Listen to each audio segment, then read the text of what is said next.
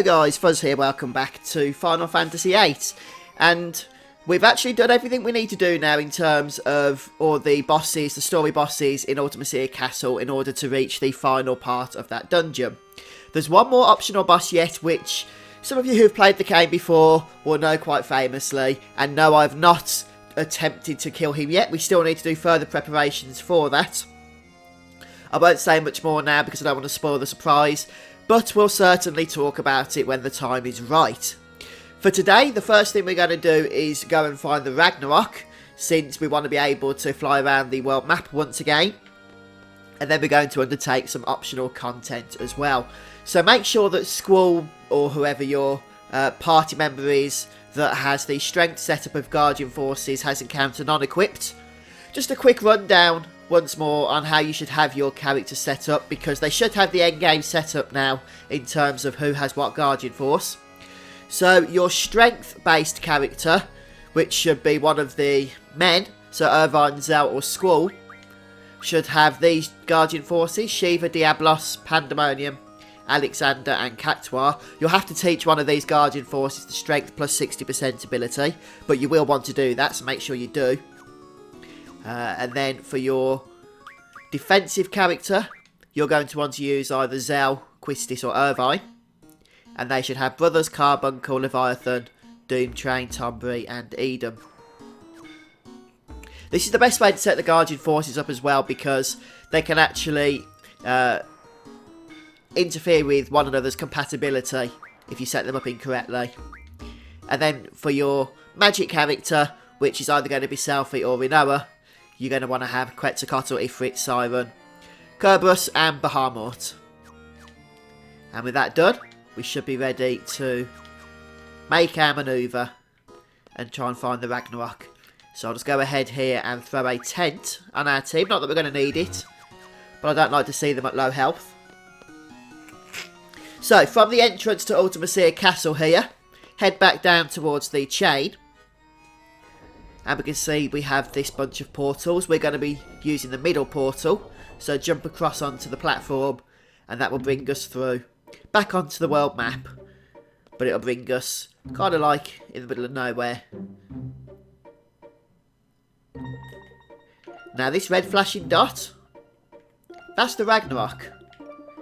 So the next question, how the heck do we get there with no vehicle and what looks like an ocean to traverse? Well, fortunately, there is a way. It will require that you've done the Chocobo Forests. If you don't know how to do the Chocobo Forests, if you haven't done them, then you can go and do the Forest of Solitude puzzle now. Just go and find that in my Chocobo video as part of this series. So the first thing we're going to do, again, I do recommend having encounter non-equipped at this point, just to avoid the random enemy encounters, obviously, is we're going to head over to the northern eastern section, and we're looking for that mountain range that's just ahead of us.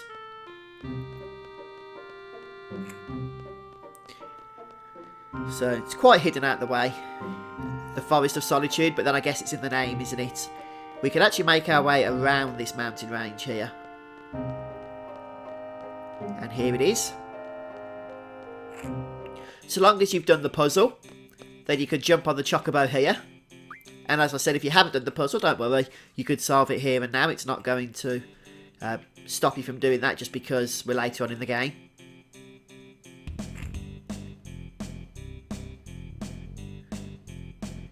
And now we're going to head down south.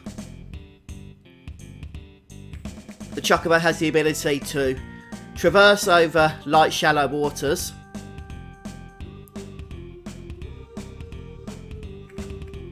It looks like there's a nice handy beach here. So we're going to head on out.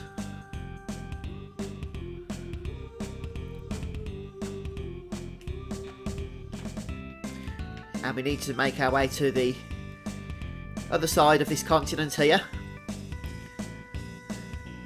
So just have to stay in the shallow waters or the game won't let you go any further.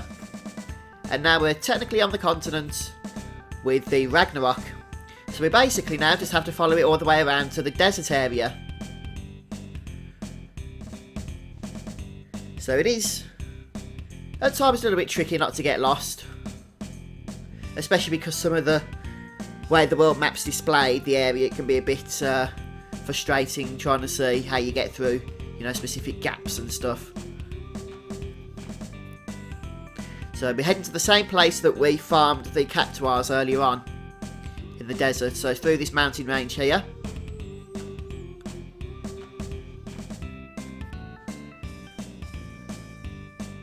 And around here should be the Ragnarok. There it is. Before we actually get on board the Ragnarok, there's one more thing we can do. And we can see there's another portal here, similar to the one that we came through. But if we access it, then it will permanently add it to Ultima Castle.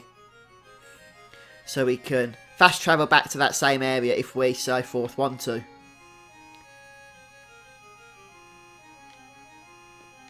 But we can also fly the Rag back here when we want to access Ultima Castle again.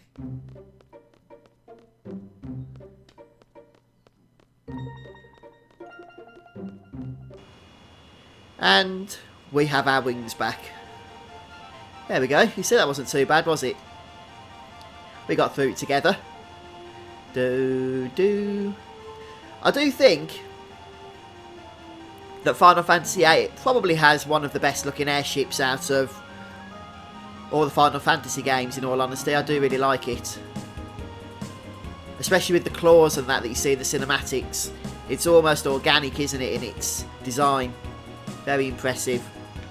Right, so we've got the Ragnarok back. What was the point in that? What can we actually do? Where can we go?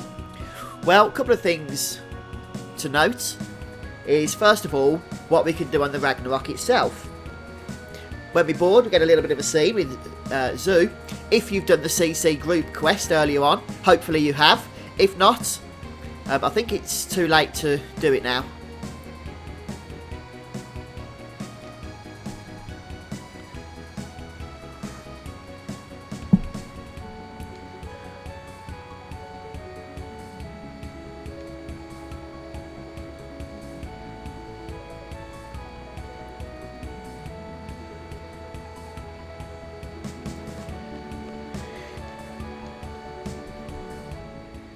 There's one that I really want to show you in particular of the CC group card members, and that one is in this direction. If you head down these stairs here, you'll see the two girls chatting.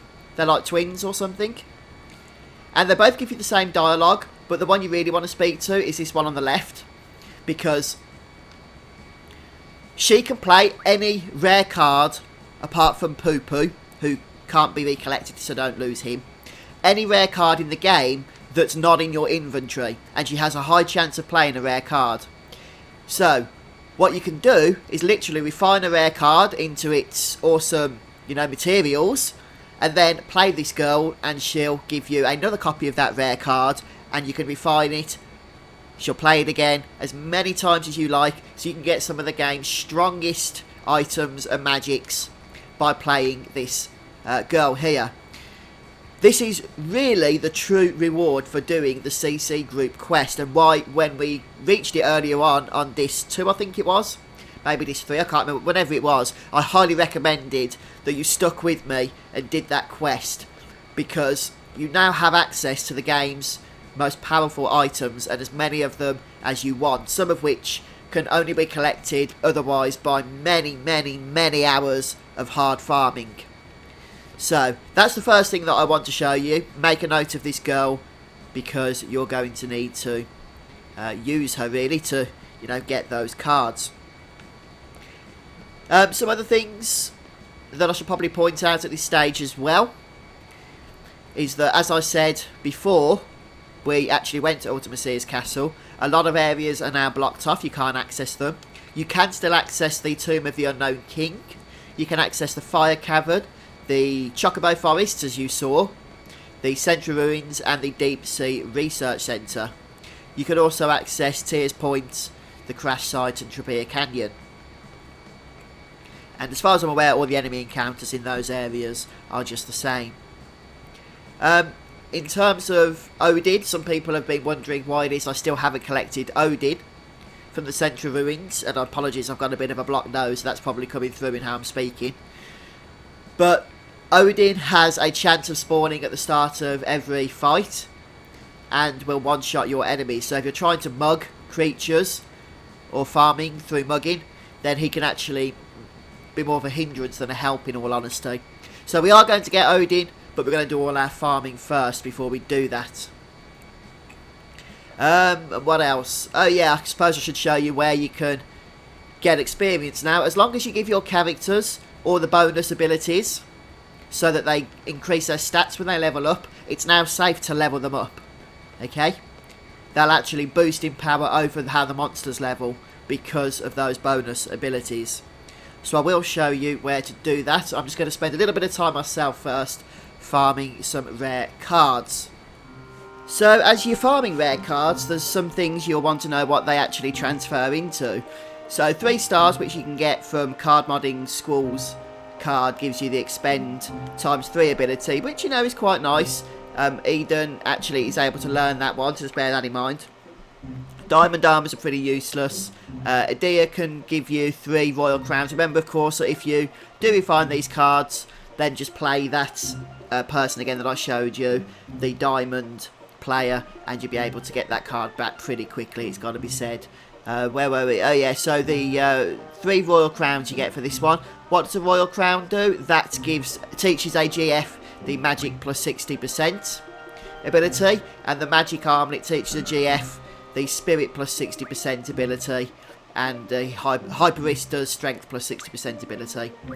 So some pretty useful stuff here. Eden, now this is a good one. If you card mod the Eden card, then use the Forbidden Medicine refinement on the Monk's codes, you can get 1 Monk's code turned into 1 strength up. So effectively each Eden card can give you 3 strengths up, which permanently increases the strength stat on the character you use them on. And seeing as how you can just win Eden straight back and then refine him again, win him straight back, refine him again, you can, without too much effort, permanently boost the strength stat of your strength character. And if you get that one high enough, then you can free up their ability slots for other things other than strength plus whatever percentage ability.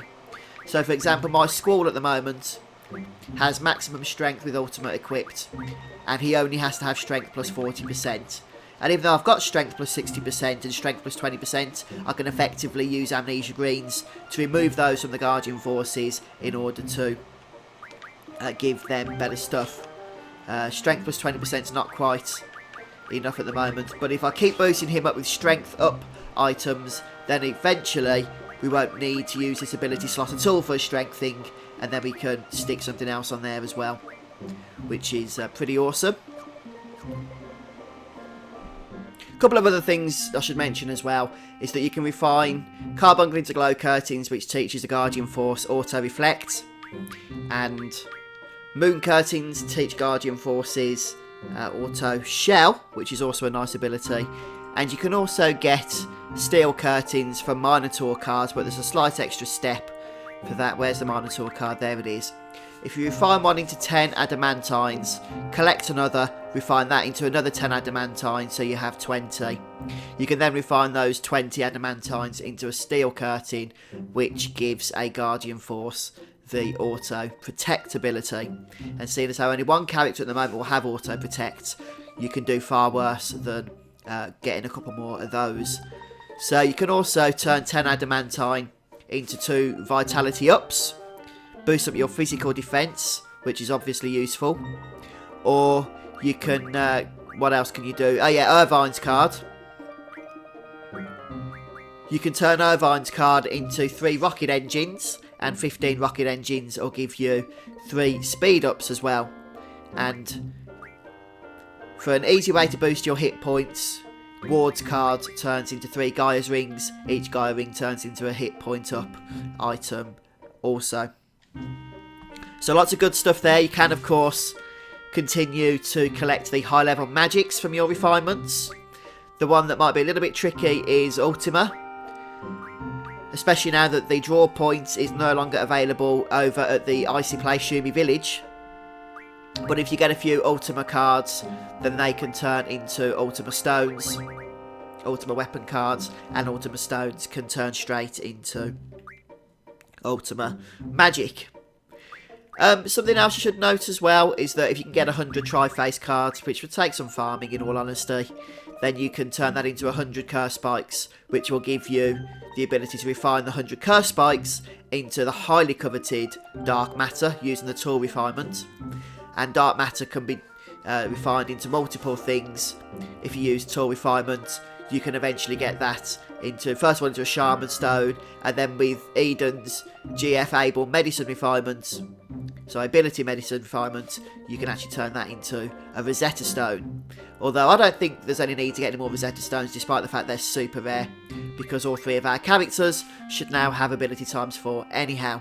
But the other thing you can do with the Dark Matter, with the GF Able Medicine Refinement, is turn it into a Luck Junction Scroll, and then refine that further with a Forbidden Medicine Refinement to get luck up. So that's going to take a lot of effort. Personally, I don't think it's worth it due to the amount of time that was involved, but if you spent 100 hours or so doing that, then your characters would basically be invincible at that point, if, you know, you maxed out everybody's luck stat. So, some useful information there for you, I hope, guys. Let's go and have a look now at how we can actually level our characters and our Guardian Forces, since some, not all, but some of those high-level refinements will require higher-level Guardian Forces in order to actually work. So, very briefly then, this island here that I've part the Ragnarok on is known as the island closest to Hell, and all the encounters here are level 99, regardless of your current party's level. So, as long as you're prepared to be able to face the enemies that are here, and there are blue dragons, Grendels, Hexadragons, Marlboroughs, Ruby Dragons, and T-Rexors, so some quite nasty encounters. But if you can set your party up to defeat them, then you're going to level up quite quickly. And make sure you throw all the plus abilities onto your characters that you have, so that you make use of the levels that you gain. And then you should be super powered to take on the final encounters. Once you've leveled up, there's a couple of bosses we're going to want to face, and a couple of other bits you want to do. So we're going to then have a look at getting Odin, who will replace, well, no, he won't replace anybody. Gilgamesh replaces Odin, but Odin, if you got him before you fought Cypher earlier on, which we didn't do, and Gilgamesh is inferior. That's why I held off on getting Odin until this point. And then once we've collected Odin, we'll need to have a look at defeating Ultima Weapon, mainly because he drops a lot of stuff that refines into Ultima Magic Force, which is what we want. Then we can have a look at the game's hardest optional boss, and then finally, I think we'll be ready to take on the game's final story challenges.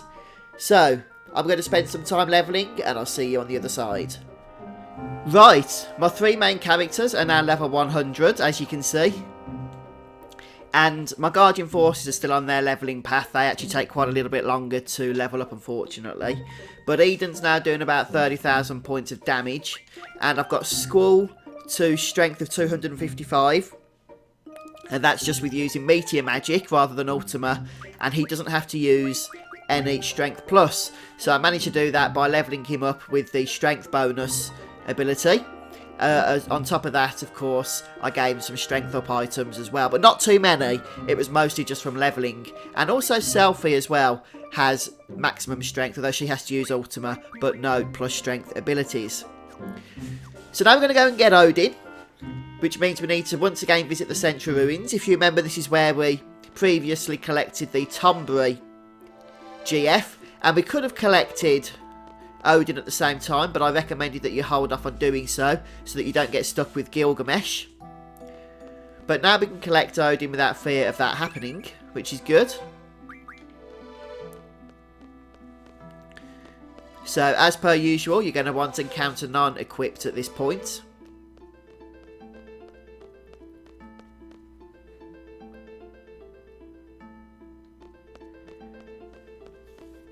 And we're going to begin by heading into this main chamber here.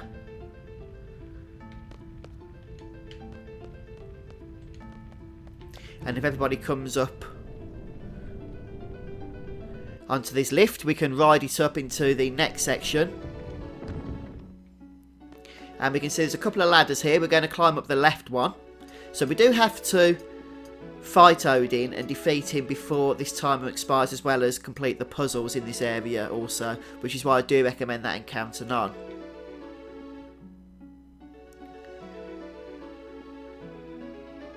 It can be a bit tricky just manoeuvring yourself around these ladders, but we do want to go all the way up. Here.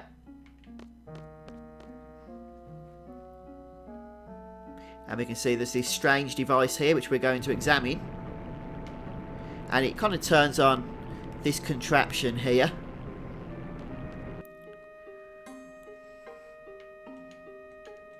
And now we're going to climb down. So one of the main obstacles here is actually trying to manoeuvre through the game's interface of climbing up and down ladders.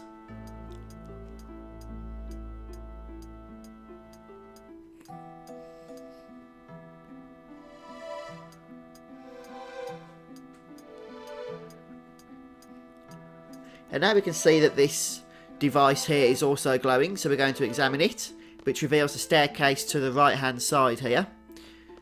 So no surprises there, we're going to be climbing this next, all the way to the top.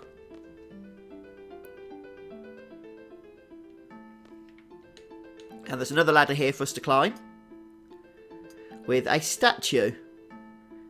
Now that red ruby thing might not be immediately obvious, but it is actually an eye.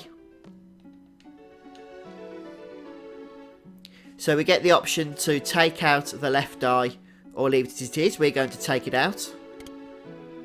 And now we're going to head back down this ladder here.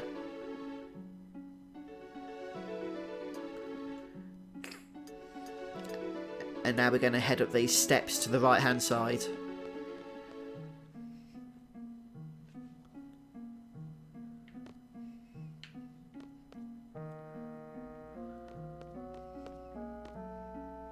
Just trying to get my bearings here a second. I don't think we can go up there, can we? Nope. Pain draw point if you want it.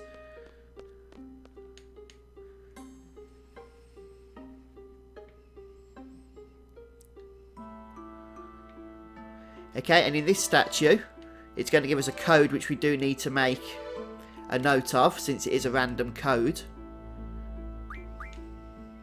So 44429, I'm just going to jot that down on a bit of paper.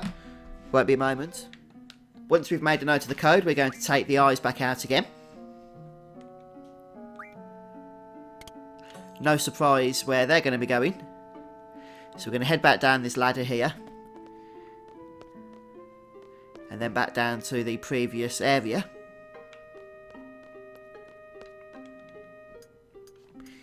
And here we go, back at the original statue, where we can place both eyes into the sockets.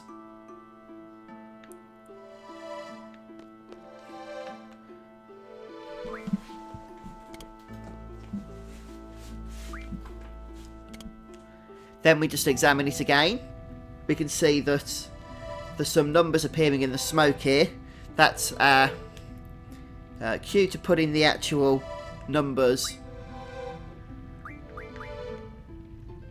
that we made a note of earlier.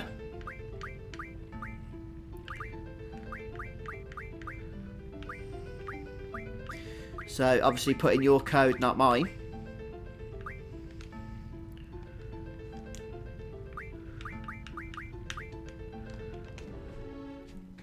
You have to actually hit the cancel button, strangely enough, once you've put the code in. I was pressing everything except that, which is why it wasn't working.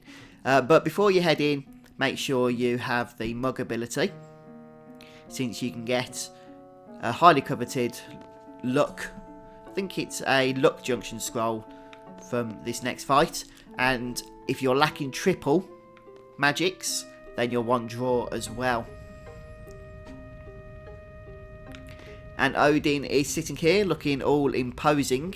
So we're going to go ahead and approach him.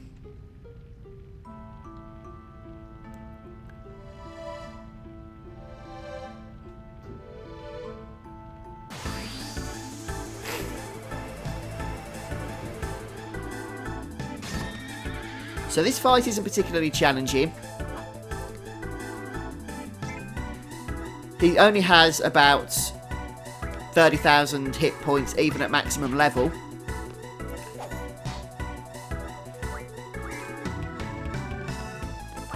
So I think we'll go ahead with Doom Train here, hopefully reduce his vitality.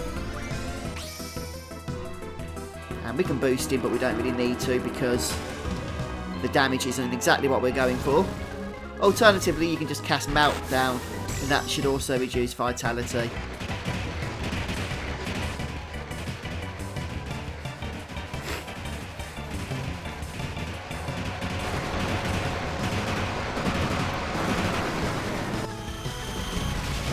Take that.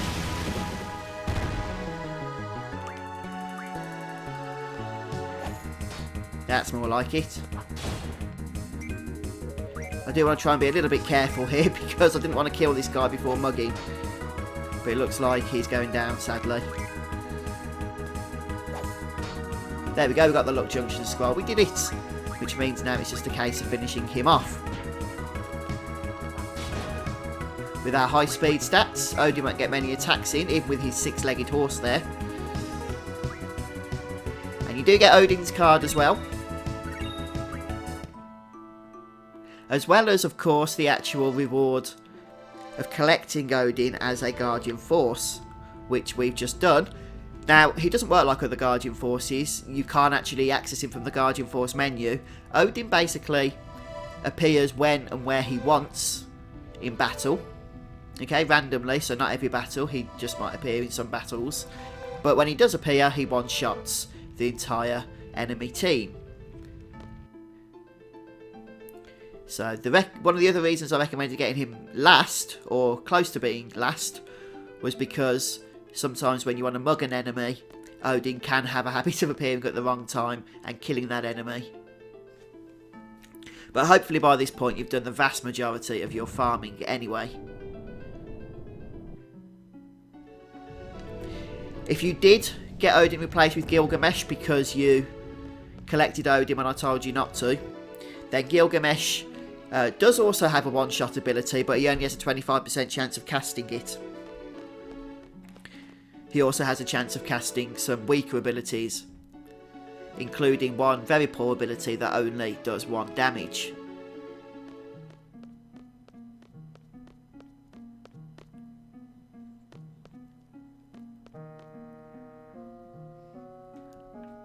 But that's it, that's the Century Ruins all sorted. Both Guardian Forces collected. And so, as far as I know, we have 2 more optional bosses to defeat, which we'll take on in the next episode. And then we are ready to take on the game's final dungeon. So we are so close now to the end, guys. Thanks for sticking around and joining me for today's episode. Don't forget to hit the like button, subscribe to the YouTube channel, and I'll see you soon for more Final Fantasy VIII. Bye guys, take care.